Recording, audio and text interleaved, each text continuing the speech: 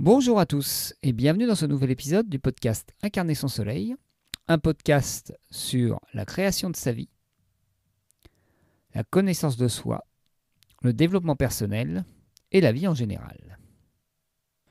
Depuis ce début d'année, j'ai envie de remettre un rythme dans ma vie, remettre des routines, remettre des choses en place, ça fait partie de mes bonnes intentions. En gros, structurer un peu plus mes journées et aussi trouver un rythme qui m'est propre sans vouloir être dans un côté trop rigide ou trop laxiste. Et c'est ce rapport au rythme et au temps en général, dans la poursuite de nos projets et la création de notre vie, que j'ai envie d'aborder aujourd'hui. En effet, quand on a des projets, quand on a envie de changer sa vie, on a parfois envie que les choses aillent plus vite que la musique. C'est-à-dire que tout arrive tout de suite, que ce soit hyper rapide, le changement, et que vous soyez déjà arrivé à la ligne d'arrivée et que vous n'ayez plus rien à faire. Est-ce que vous pensez que tout le chemin qu'habituellement on fait pour obtenir un résultat ne sert qu'à obtenir ce résultat? Peut-être pas. Je vais vous proposer un petit jeu. Installez-vous confortablement, fermez les yeux et projetez-vous dans le futur dont vous rêvez. Et écoutez dans le corps, émotionnellement, si c'est confortable, si c'est réjouissant, si c'est agréable.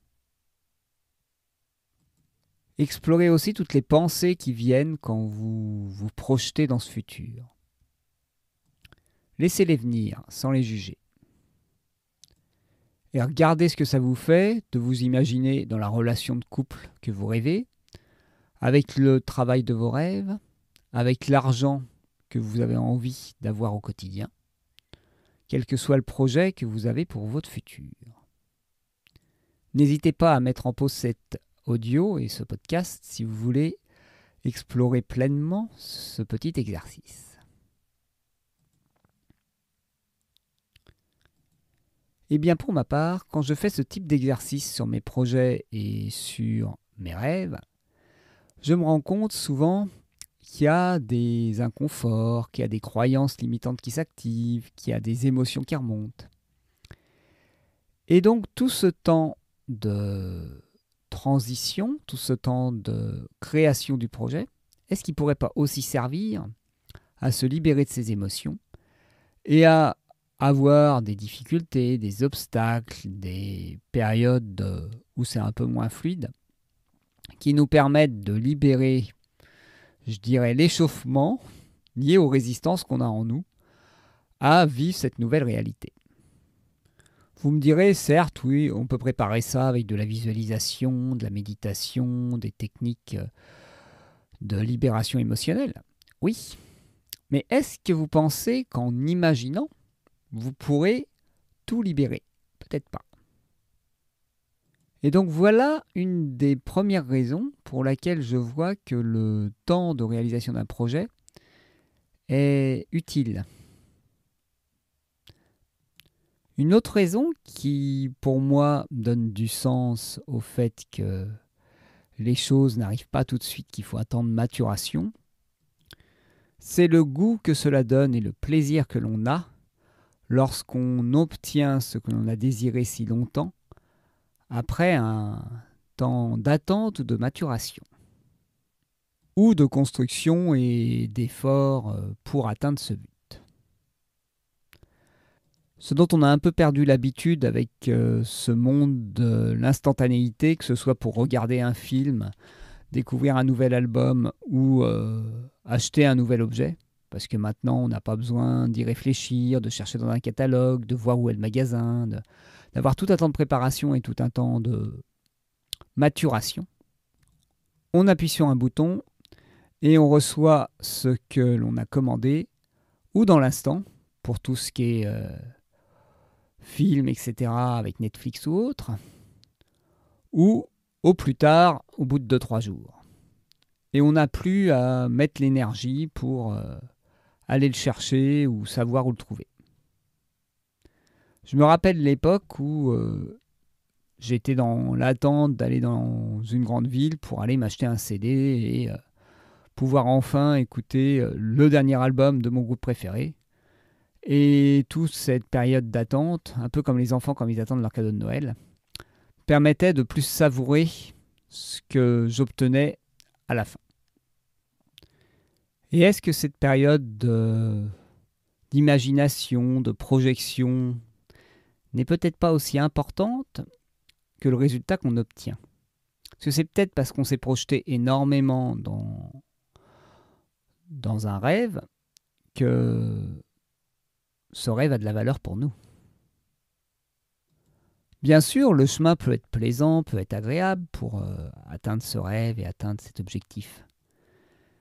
Mais le fait que le chemin ait une certaine durée permet de savourer plus le panorama qu'on obtient à l'arrivée.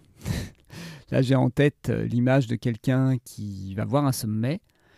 S'il a fait 2-3 heures de marche pour aller au sommet, ou s'il descend de sa voiture et qu'il fait 2 mètres pour aller voir le panorama, ayant vécu les deux situations, je pense que la première, celle où il y a eu un peu de temps, d'énergie pour atteindre le but, il y a plus de plaisir à l'arrivée. Et aussi un souvenir plus fort installé. Je pense que vous vous rappelez plus des panoramas où vous en avez bavé pour aller les voir, bavé, vous avez passé du temps et mis de l'énergie, que ceux que vous avez découverts en arrêtant votre voiture au bout de 10 km. Et aussi, le fait d'avoir un chemin pour atteindre un résultat, ce qui est intéressant, ce n'est pas l'objectif qu'on atteint, c'est la personne qu'on est devenue suite à ce chemin. Ce qu'on n'a pas obligatoirement quand on obtient directement le résultat. Je vais prendre comme exemple une personne qui a envie de perdre du poids. Il y a la solution rapide et efficace de la liposuction, qui pourrait, oui, elle est douloureuse, il y a un peu de préparation, etc., mais on peut perdre énormément de gras assez rapidement. Et elle pourrait aussi faire le choix de faire un régime et de perdre les kilos les uns après les autres. Pensez-vous que dans le premier cas, ça va avoir changé beaucoup de choses à son comportement alimentaire et à sa façon de voir la nourriture et son hygiène de vie? C'est pas sûr. C'est plus probable pour la deuxième situation, le deuxième choix, où là, il y a eu besoin d'apprendre des choses sur l'hygiène de vie, sur l'alimentation, à apprendre à cuisiner autrement, à vivre au quotidien autrement. Et donc, le résultat peut potentiellement être plus durable. C'est un exemple assez caricatural, je ne suis pas rentré dans les détails de chaque cas parce que c'est plus complexe que ça. Mais ça montre bien que le temps qu'on met pour atteindre un objectif et le chemin qu'on parcourt pour atteindre ce résultat nous transforme. Et nous fait devenir une autre personne qui fait que le changement qu'on a eu peut s'installer et peut être ancré et peut créer d'autres fruits après.